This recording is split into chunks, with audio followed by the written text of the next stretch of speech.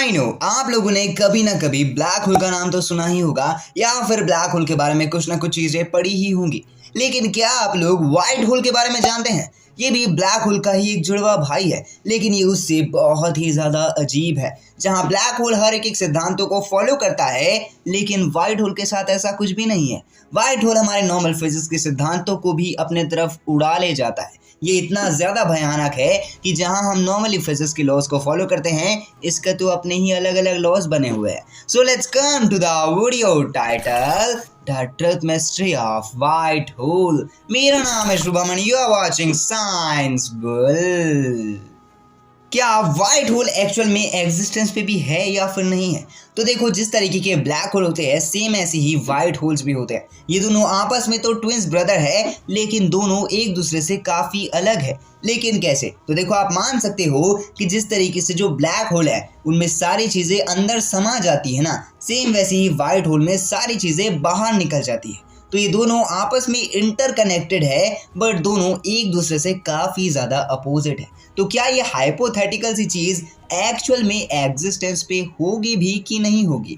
तो यही चीज को जानने के लिए हमें खोजना पड़ेगा द थ्योरी ऑफ एवरीथिंग में, जिसमें एक्चुअली में स्टीफन विलियम हॉकिंग जी ने ये बताया है कि अगर इस दुनिया में कोई भी चीज एग्जिस्टेंस पे है तो अपोजिटली उसकी कोई ना कोई एग्जिस्टेंस पे जरूर होगी। जैसे अगर सच है तो झूठ जरूर होगा, अगर लड़का है तो लड़की जरूर होगी, अगर कोई आदमी है तो औरत जरूर होगी। सेम ऐसे ही अगर ब्लैक होल है तो व्हाइट होल भी जरूर होगा। आई नो ये सुनने में थोड़ा ट्रू लगता है ना।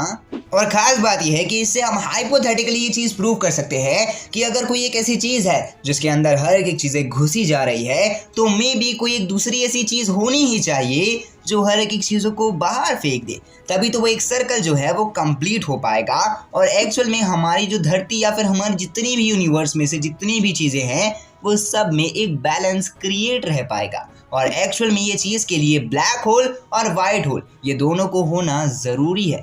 बट यहाँ पर ये जो व्हाइट होल है वो कुछ ज्यादा ही अजीब तरीके से बिहेव करता है। जैसे ब्लैक होल के अंदर हर एक चीजें चली जाती है, लेकिन उससे बाहर कुछ भी नहीं आता। सेम वैसे ही व्हाइट होल के थ्रू अंदर कुछ भी नहीं जा पाता, लेकिन बाहर हर एक चीजें आ पाती है। मतलब अजीब।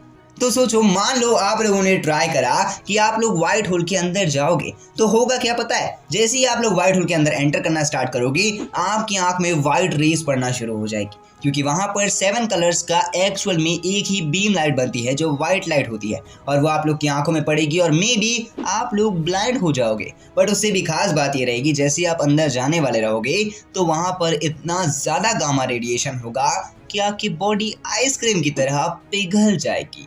बट उससे भी खास बात यह है कि अगर यहाँ पर कुछ ऐसी चीजें घटती भी है तो ये तो हमारे फिजिक्स के सिद्धांतों को पूरी तरीके से तोड़ के रख देगी ना। क्योंकि आप लोग जानते ही होंगे थर्मोडायनेमिक्स लॉ, जो बेसिकली ये लॉ है कि इस दुनिया में जो भी चीज एक बार बन गई और खत्म हो गई तो हम उसे वापस से जनरेट नहीं कर सकते।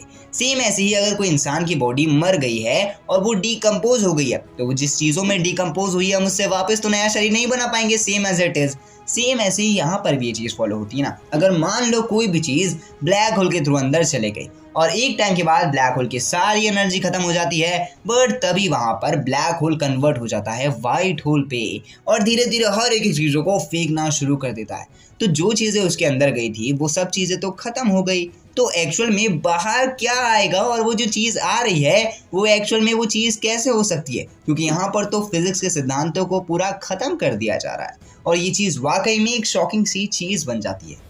बट तभी यहाँ पर जो व्हाइट होल है उसकी थ्योरीज में थोड़े चेंजेस आते हैं, क्योंकि जब से स्टीफन विलियम हॉकिंग जी ने द थ्योरी ऑफ रिलेटिविटी को प्रूव करा था उसके बाद कुछ ज्यादा ही चेंजेस आ चुके थे। क्योंकि वहां पर स्टीफन विलियम हॉकिंग जी ने कहा था कि ब्लैक होल बेसिकली एक नॉर्मल सी ऐसी चीज है जो हर एक चीजों को खींच के एक सिंगुलैरिटी पे रख लेती है। और सेम ऐसे ही यहाँ पर व्हाइट होल का कॉन्सेप्ट भी आ जाता है, क्योंकि जो भी चीजें ब्लैक होल के थ्रू एंटर कर रही है वो एक ना एक दिन एट द एंड एक सिंगुलैरिटी पे जाके रुक जाएगी, और वो जो सिंगुलैरिटी है वो वर्म होल के थ्रू ट्रेवल करेगी और वही सेम सिंगुलैरिटी एक्चुअली में वो व्हाइट होल के थ्रू बाहर निकल जाएगी।